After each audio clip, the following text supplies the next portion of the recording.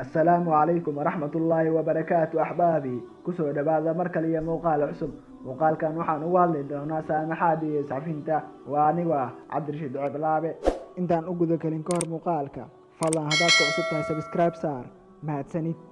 سامحادة أما عفينتا وحي كمتاي سفوينك آدك وناكسني الله سبحانه وتعالى يا رسول كيس محمد صلى الله عليه وسلم أي فريدتك مسلمين تاودن وما حي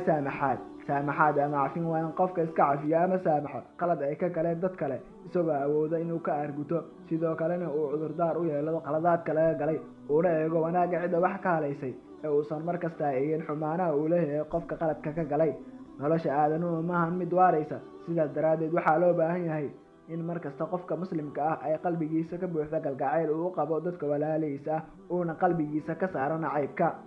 الله سبحانه وتعالى وحو إن بدن قرآن كيسا كريم كأوها الله سامحادي سعفينتا لما نسوكو بكرو آيادا كهالله سامحادي سعفينتا سامحادي إنو أي وحو ناكسنتاي وحاقو عدينيا وحي كمتاي مقع كمدا مقعيدا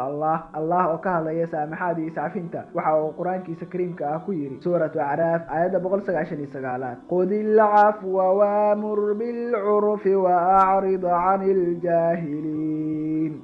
عفسك قاضو وناقنا فرق كان جيسكو وجاهلين تا سيدو كالنتا سورة البقرة آية بقلية سقالات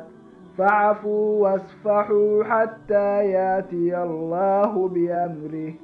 إن الله على كل شيء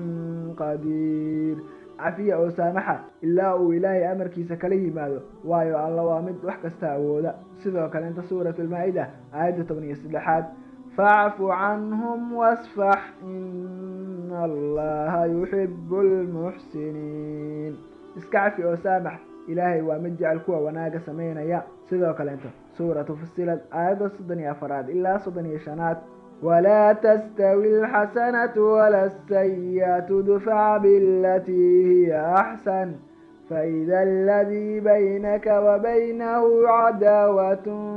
كأنه ولي حميم وما يلقاها إلا الذين صبروا وما يلقاها إلا ذو حظ عظيم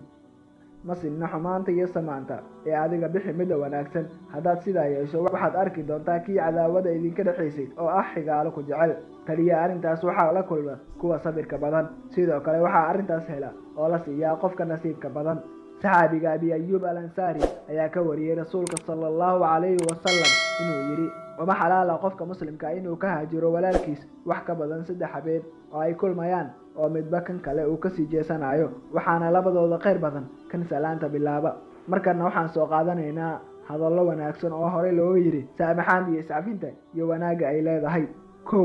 qofka dadka kula dhaqma saamaxaad iyo cafin waxay taasi u saashaa in hadalkiisa ay dhagto u dhigaan labo hadii walaalka uu ka soo gaaro wax aad dibsanayso cudurdaar hadii aad u weydo cudurdaar u qaado in laga yaabo inuu leeyahay cudurdaar aadan ogeyn saddex markasta saamaxadowaaga ma jiro wax kale oo culays galin kara cafisku waa quruxda waxyaabaha fadhiga leh ama la jecel yahay afar dadka waxa ugu caqliga badan kan ugu saamaxaada badan natiijada ugu wanaagsan ee laga helo abaaminta wanaagsan waa saamaxaad iyo iscafinta